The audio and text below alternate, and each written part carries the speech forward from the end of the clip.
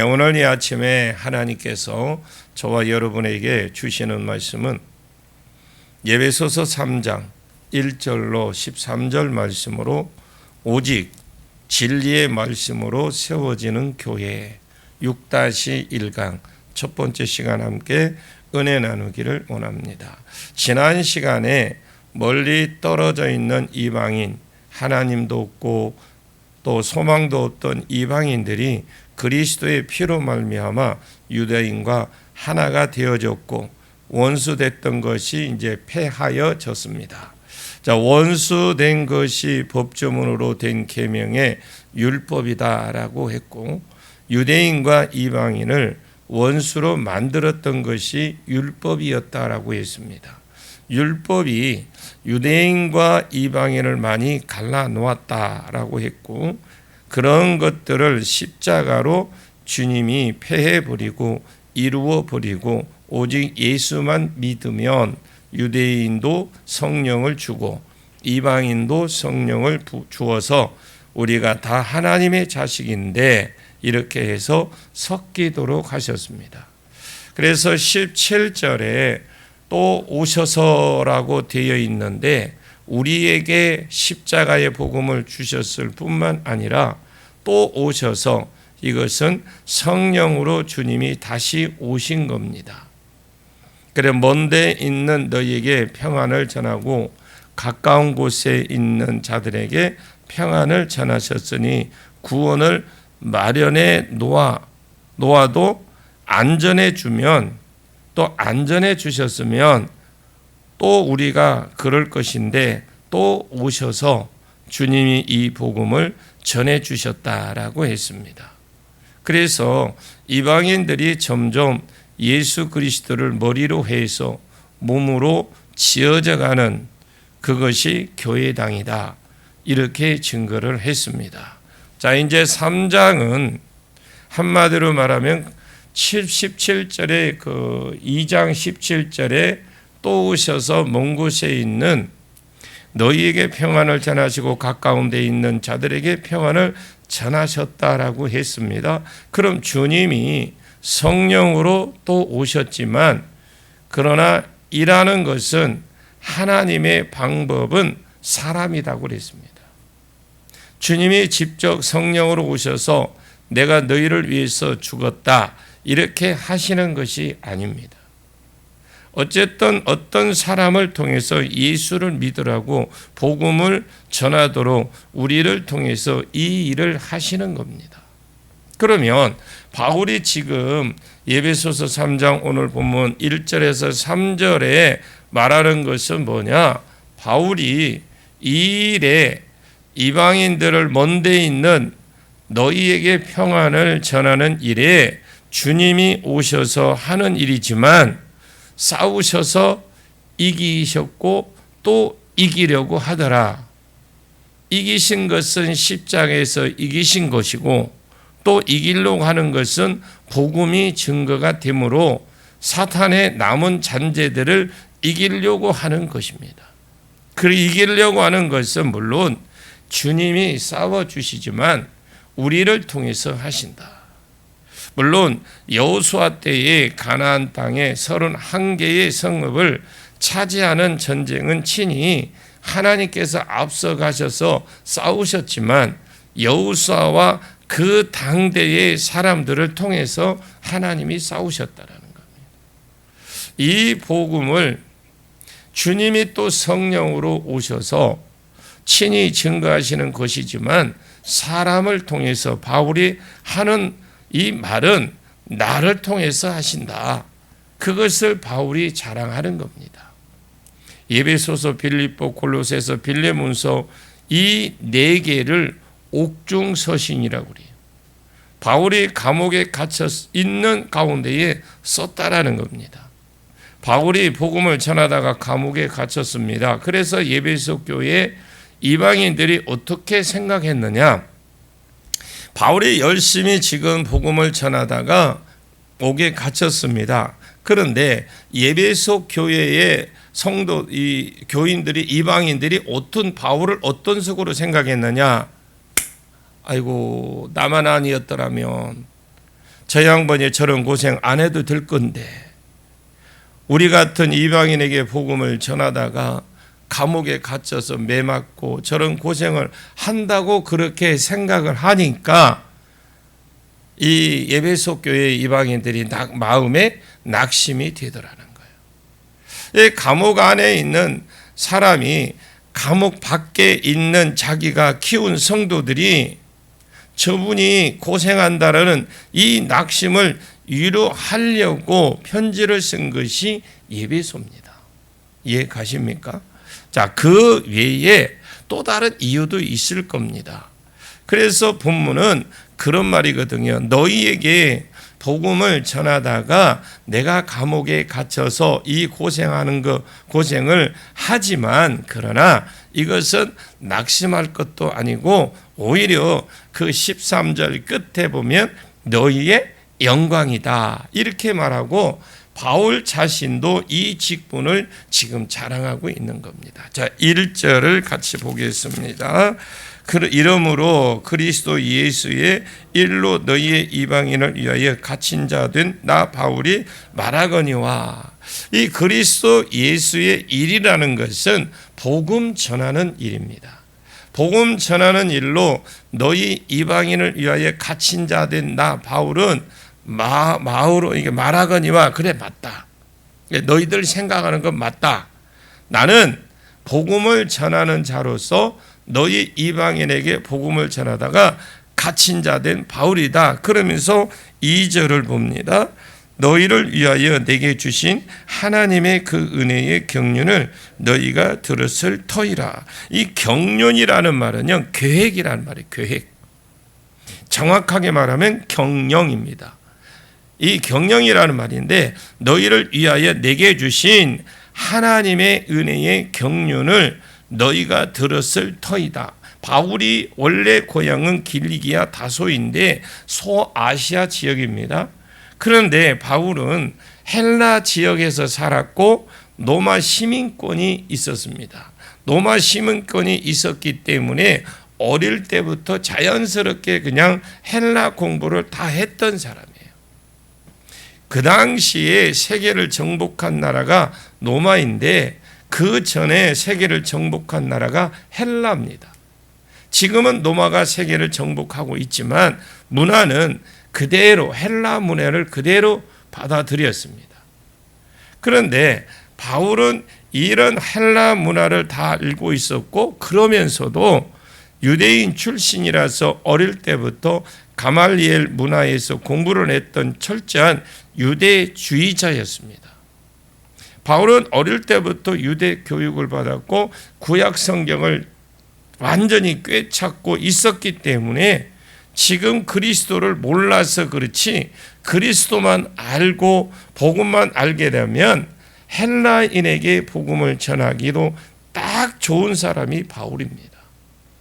하나님께서 특별히 이방인을 위해서 바울을 선택한 것은 하나님의 기가 막힌 경륜 계획이라는 거예요. 그리고 사람이 우연이라는 건 없습니다. 그렇게 보면 바울이 길리기아 다소에서 태어났고 그러면서 유대인으로 태어났고 그러면서 헬라 문화와 헬라 교육을 받았다라는 것은 바울에게 이방인에게 복음을 전하기 위해서 이끌어오신 하나님의 경륜이었고 계획이었다. 그것이 지금 2절의 말씀이에요. 너희를 위해서 내게 주신 하나님의 그 은혜의 경륜을 너희가 들었을 터이라. 그러면서 3절과 4절 봅니다. 곧 계시로 내게 비밀을 알게 하신 것은 내가 먼저 간단히 기록함과 같으니 그것을 읽으면 내가 그리스도의 비밀을 깨달은 것을 너희가 알 수 있으리라. 이 3절의 말씀은 다른 것이 아니고요. 앞에 2장 11절과 11절에서 22절까지 나오는 말씀이에요. 곧 계시로 내게 비밀을 알게 하신 것은 먼저니 간단히 기록함과 같으니 위에서 적었다라는 말이고 또 다른 성경에도 대충 나와 있습니다. 이것을 읽으면 그리스도의 비밀을 내가 깨달을 것을 너희도 알 수 있으리라. 이방인들은 세상에 소망을 두고 하나님에게 소망도 없었고 그리스도의 밖에 있었고 약속 밖에 있었지만 그리스도의 피로 가까워졌고 이것이 하나님의 영원한 어떤 비밀이었고 계획이었다라는 것입니다. 그런 것들을 이미 내가 대충 기록했으니까 읽어보면 알 것이다. 그 말입니다. 자, 5절 보겠습니다. 이제 그의 거룩한 사도들과 선지자들에게 성령으로 나타내신 것 같이 다른 세대에서는 사람의 아들들에게 알리지 아니하였으니. 이 말씀은 지금 신약 시대에도 선지자들이 있습니다. 아가보 같은 선지자를 말하는 거죠. 신약 시대의 사도들과 선지자들에게 성령으로 나타나신 것 같이 다른 세대에서는 구약을 말하고요. 구약 전에 세대에서는 사람의 아들들에게 이렇게 자세히 알게 하지 않았다라는 거예요. 구약에도 유대인들을 통해서 이방인들이 예수를 말미암아 구원을 받을 것이라는 말이 희미하게 있기는 있습니다. 예를 들어서 창세기 21장과 22장의 내 씨로 말미암아 천하 만민이 복을 받을 것이다. 이런 말도 있고 그리고 이사야는 열방이 주께로 돌아올 것이다. 이새의 가문에서 한 자식이 나고 이로 인하여 또 열방이 주께로 돌아온다. 이런 말들이 군데군데 있기는 하지만 전의 세대에서는 지금 신약 시대처럼 이렇게 자세히 전파하지는 않았다라는 겁니다. 어쨌든 그의 거룩한 사도들과 선지자들에게 성령으로 나타나신 것 같이 다른 세대에서는 구약 세대에서는 이런 어떤 사람들의 아들에게도 이렇게 자세히 알리지 아니하셨다. 자, 6절을 봅니다. 이는 이방인들이 복음으로 말미암아 그리스도 예수 안에서 함께 상속자가 되고 함께 지체가 되고 함께 약속에 참여하는 자가 됨이라. 자, 이는 그래도 이유를 설명을 해줍니다. 이방인들이 복음으로 말미암아 지금 이방인들에게 알렸지만 옛날에는 이방인에게 안 알린 것은 이방인이 예수 그리스도가 십자가의 죽으심을 믿으면 하나님의 자녀가 되고 이런 것입니다. 복음으로 말미암아 그리스도 예수 안에서 함께 이방인과 유대인이 함께 천국의 상속자가 되고 함께 지체가 되고 한 몸의 한 부분이 되고 그리고 함께 약속에 참여하는 자가 됨이라. 구약의 유대인에게 주었던 모든 약속들이 있어요. 그 약속들에 참여하는 자가 된 것이다. 이런 이방인을 향한 이런 하나님의 계획을 전하는데 있어서 또 바울이 자기가 일꾼으로 세워졌다는 걸 지금 말을 하고 있는 거예요. 그런 일을 하기 위해서 내가 세움받았다. 자, 7절 볼까요? 이 복음을 위하여 그의 능력이 역사하시는 대로 내게 주신 하나님의 은혜의 선물을 따라 내가 일꾼이 되었노라. 고개만 끄덕끄덕하지 말고 읽어야 돼. 안 읽으면 안 들어와. 천하 없이도. 아는 척 그냥 고개만 흔들지 마세요. 이거 모르면요. 복음이 뭔지를 모르고 내가 왜 복음을 전해야 되는지를 몰라. 나 여러분들이 뭐라는 거 아닙니다. 이왕 나왔으니까. 바울이 지금요. 자기를 자랑하는 것은 이게 7절인데 이 복음을 위해서 내가 일꾼이 되었다라는 거예요. 자기가 복음을 전함으로 감옥에 갇혔다라는 것 때문에 오히려 이방인 교회가 염려하고 낙심하게 되었다고 했는데 바울은 그 가운데에 무엇을 자랑하느냐? 7절에 내가 이 복음을 위해서 하나님이 부르신 일꾼이 되었다. 그것을 지금 자랑합니다. 복음이 있었지만 이 복음을 이방인에게 전달할 사람이 없으면 이것이 복음이 될 수 없다라는 겁니다. 구약의 하나님의 경영을 다 알고 있으려면 구약을 딱 전체를 꿰차고 있어야 되는데 이런 유대인밖에 없는데 어떤 유대인이 이방인이 너희를 위해서 복음을 전해주겠느냐 이 말입니다. 그래서 자기는 이 복음을 위해서 일꾼이 되었는데 어떻게 일꾼이 되었느냐? 7절에 이 복음을 위해서 첫째 그의 능력이 역사하는 대로, 두 번째 내게 주신 하나님의 은혜의 선물을 따라 내가 일꾼이 되었다. 그의 능력이 역사하시는 대로, 이 말은 자기도 이방인을 위해서 일꾼이 되기 싫었다라는 거야. 여러분, 바울도 유대인이거든요. 비록 이방 지역에서 그가 자랐다고 할지라도 그는 철저히 유대인입니다. 유대인은 절대로 이방인과 안 섞입니다. 자기가 거래할 때만 조금 마음을 열고 하는 것 같지만 절대로 어떤 종교적으로는 섞일 사람들이 아닌 게 유대인이에요. 자기도 이방인에 대해서 마음을 열 마음 조금도 없었는데 다메섹에서 예수 믿는 사람들을 죽이려고 가다가 부활하신 예수를 만난 겁니다. 부활하신 예수님이 내가 왜 나를 핍박하느냐 라고 음성이 들렸을 때 누구십니까? 나는 내가 핍박하는 예수다. 여러분, 구약을 꿰차기 때문에 음성을 압니다. 하나님이라면 정말 지금 자기가 죽어서 없어야 되거든요. 자기가 한 걸 볼 때. 그런데 바로 뭐랍니까? 누구십니까? 그래, 나는 네가 핍박하는 예수다 하니까 즉시 뭐랍니까? 주여, 내가 무엇을 하리이까? 자기 부르신 것을 안다라는 거예요. 살려주고 지금 나에게 뭔가 부탁하려고 한다는 걸 아는 거예요. 이렇게 물었는데 안 가르쳐 준 거예요. 사도행전 22장 10절에 일어나 다메섹으로 들어가라. 내가 해야 할 모든 것을 거기서 누가 이르리라. 그러니까 눈은 떴지만 안 보인 겁니다. 그래서 함께 있는 사람들의 손에 이끌려서 다메섹으로 갔는데, 여러분, 바울이 다메섹으로 끌려갈 당시에 아나니아라는 그 선지자가 그곳에 있었어요. 이 아나니아에게 하나님이 나타나서 길리기아 다소 사람 바울이 너에게 올 건데 그 사람에게 가서 이방인을 위해서 택한 나의 그릇이라고 전해주라. 너는 이방인을 위해서 택한 나의 그릇이다.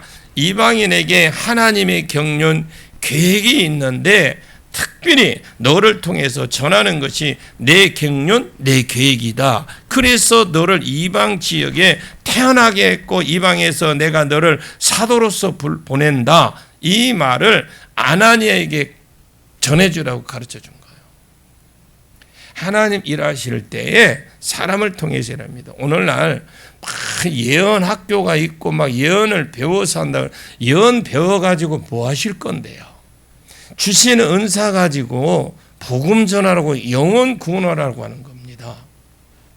예언하는 사람 보니까 굉장히 있어 보이고 뭔가 좀 있는 것 같고 그런 것 같은데 여러분 착각하지 마세요. 은사는 복음을 위해서 쓰지 않으면 그건 아무것도 아닙니다. 은사 주는 것은 복음을 위해서 영혼 살리라고 은사를 주는 거예요.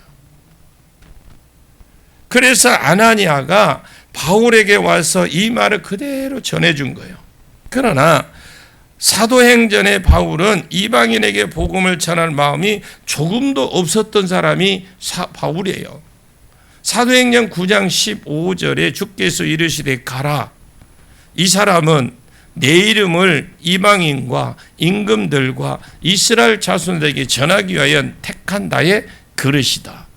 다른 곳에 보시면 이방인들에게 집중적으로 증거를 했습니다. 어쨌든 바울이 회복이 되고 그 18절과 19절에 그 사도행전 9장이죠. 18절과 19절에 보면 즉시 사울의 눈에서 비늘 같은 것이 벗겨져 다시 보게 된지라 일어나 세례를 받고 음식을 먹에 강건하여지더라.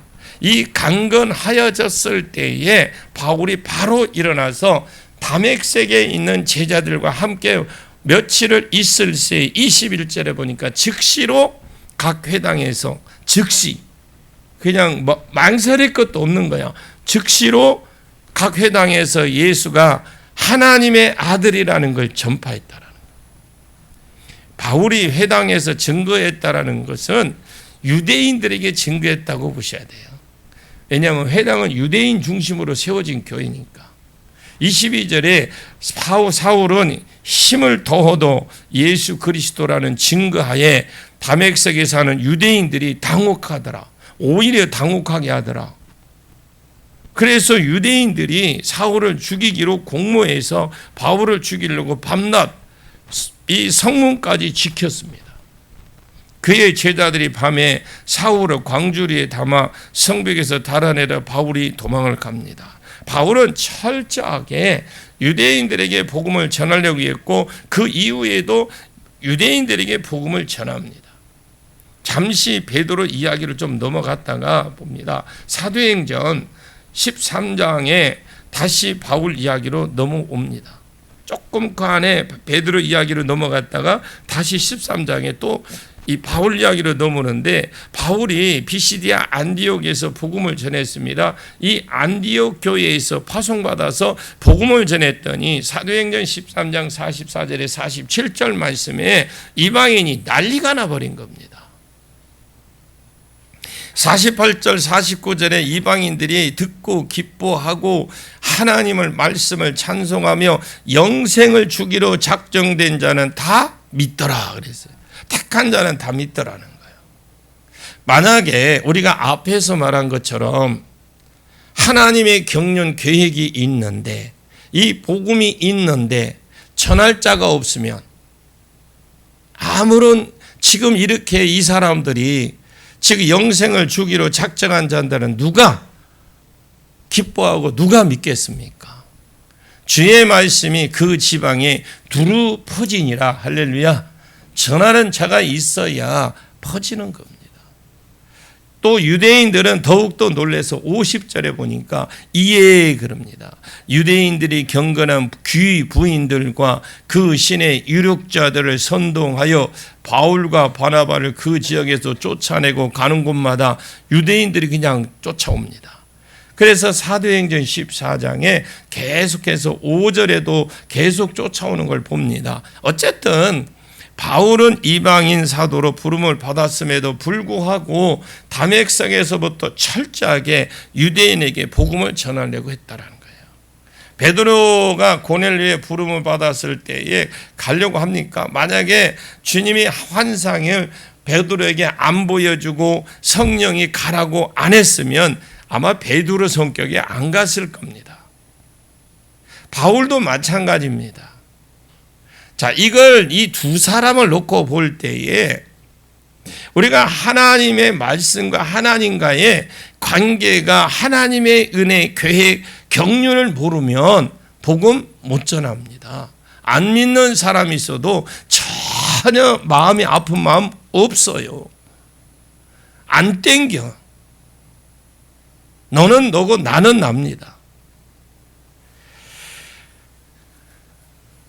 그런데 자기는 철저하게 유대인에게 복음을 전하려고 했는데 이상하게 유대인은 가는 곳마다 귀를 틀어막고 유대인들은 자기가 유대인들에게 전하려고 하는데 가는 곳마다 유대인들이 귀를 틀어막고 복음을 반대하고 또 자기를 죽이려고 하고 오히려 이방인들은 그냥 할렐루야 하면서 쌍수를 들고 환영하고 복음에게로 들어오더라는 겁니다. 점점 분위기가 그렇게 되어 가니까 바울도 자기가 처음 부름받았을 때의 그 부르심을 인정할 수밖에 없다는 거예요. 하나님이 너는 철저히 이방인에게 복음을 전하게 너를 세운 자다 했는데 처음에는 그게 안 믿어졌어. 싫었어. 그런데 막상 복음의 현장에 가서 복음을 전해보니까 유대인들은 오히려 귀를 틀어막고 자기 하는 일에 반대를 하고 자기를 죽이려고까지 합니다. 그런데 오히려 반대로 이방인들은 자기를 환영하고 오히려 그냥 자기에게로 죽게로 돌아오더라는 겁니다. 점점 분위기가 이렇게 돼가니까 바울도 자기가 처음 부름 받았을 때에 그 부름을 인정할 수밖에 없다. 그리고 복음을 들었던 이방인들은 성령을 딱 받아버리니까 그것을 어떻게 할 것입니까? 하나님이 처음에 나를 이방인의 사도로 부름받았다고 하더니, 이방인에게 복음을 전하라고 하더니 정말로 나는 이방인의 사도인가 보구나. 그리고 바울의 마음에 늘 유대인에게 있었다는 것을 로마서 9장 2절을 읽어보면 또 알 수가 있어요. 나의 형제 곧 골육의 친척을 위해 내 자신이 저주를 받아 그리스도에게 끊어질지라도 원하는 바노라. 내 자신이 저주를 받아 지옥에 가도 나는 저 사람들이 구원받았다면, 복음을 받았다면 좋겠다는 유대인들이, 자기 동족이 내가 지옥에 가는 한이 있어도 우리 동족들, 우리 유대인들이 정말 복음을 받아들이고 천국 갔으면 좋겠다. 그런 심정이에요, 바울이. 지금 유대인들은, 이방인들은 막 걷잡을 수 없이 돌아오는데 그 모습을 보니까 유대인들을 바라보고 자기 동족을 바라보니까 너무 가슴이 아픈 거예요. 그런 마음입니다. 내 자신이 저주를 받아 지옥에 가도 나는 저 사람들이 구원받았다면 좋겠다. 여러분, 이게 바울이 보통 사람이 아니에요. 그럼에도 불구하고 바울은 이방인 사도로서 자기가 흘러져 가는 거예요. 계속 그 방향으로. 이것은 하나님의 능력이 그에게 임했다라는 증거입니다. 본문 7절에 이 복음을 위해서 내가 그리스도의 일꾼이 되었다. 이 복음을 위해서 그의 능력이 역사하시는 대로 자기가 이방인의 사도가 된 것은 처음부터 자기가 하고 싶은 자기 마음도 아니었고 하고 싶은 것도 아니었는데 자기 본성도 아니었는데 철저하게 자기는 유대인에게 증거하려고 했지만 그 능력이 역사하는 대로 이방인 사도가 하나님의 능력대로, 하나님의 계획대로, 하나님의 경륜대로 자기는 이방인의 사도가 되었다. 그리고 두 번째, 내게 주신 하나님의 은혜의 선물이 있었습니다. 바울에게만 주어진 하나님의 선물이 있었다. 그렇게 말을 합니다. 그 부분은 내일 아침에 계속 이어나가도록 하겠습니다. 기도합니다. 하나님 감사합니다. 바울이 철저하게 자기는 유대인에게 복음을 전하려고 했지만, 그렇게 또 하나님의 음성을 이방인의 사도라고 들었지만, 그러나 그가 그랬음에도 불구하고 자기 동족에게, 유대인에게만 전하기를 원했는데, 그러나 유대인들이 전하면 전할수록 듣지 않았고 오히려 반대하고 오히려 자기를 죽이려고 하는 그런 유대인들의 모습을 보며 반대로 그 이방인들이 전하면 전하는 대로 다 주님 품으로 돌아오는 걸 보면서 바울이 고백했던 것처럼, 자기의 부르심에 그 소망을 알았던 것처럼 그 부르심에 순종하며 최선을 다하며 전했던 것처럼 우리도 바울처럼 하나님 부르심의 소망을 가지고 또 그 부르심 가지고 열심히 섬기는 자가 되게 해 주옵소서. 한 영혼 한 영혼을 하나님 우리가 긍휼히 여기고 급을시장 여기며 저 영혼을 위해서 우리가 정말 최선을 다할 수 있는 귀한 믿음의 산증인들이 될 수 있도록 도와주시옵소서. 예수님의 이름으로 간절히 기도하옵나이다. 아멘.